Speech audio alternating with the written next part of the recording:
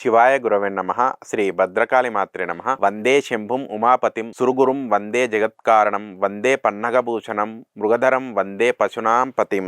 నేను మీ రుద్రోజు నాగరాజు. నేటి పంచాంగ విశేషాలను గ్రహస్థితులను గమనించితే తేదీ 9/3/2026 సోమవారం. దీనిని శాస్త్రంలో ఇందువారం అంటారు. మానసిక ప్రశాంతతకు కారణమైన చంద్రుడికి సంబంధించిన రోజు. ఇక ఈ రోజు తిథి నక్షత్రాల ఖచ్చితమైన సమయాలను గమనించండి. తిథి విషయానికొస్తే సుబ్రహ్మణ్య స్వామికి అత్యంత ప్రీతికరమైన బహుళ షష్ఠి తిథి ఈ రోజు రాత్రి 10:05 వరకు ఉంది.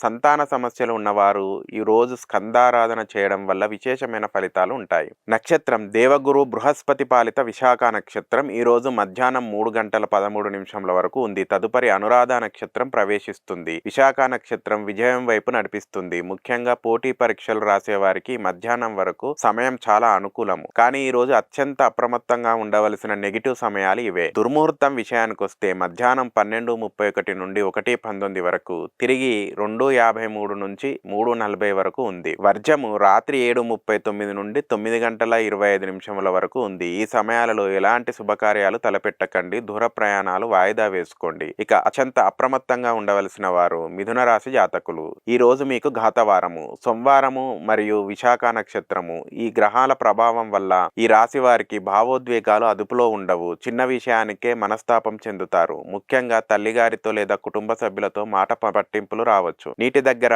వాహనాలు నడిపేటప్పుడు ఏమరపాటు అస్సలే వద్దు. దోష నివారణకి ఈ రోజు శివాలయానికి వెళ్లి శివలింగానికి పాలతో అభిషేకం చేయండి. మనశ్శాంతి లభిస్తుంది. ఇవి నేటి పంచాంగ విశేషాలు. శుభం భూయాత్.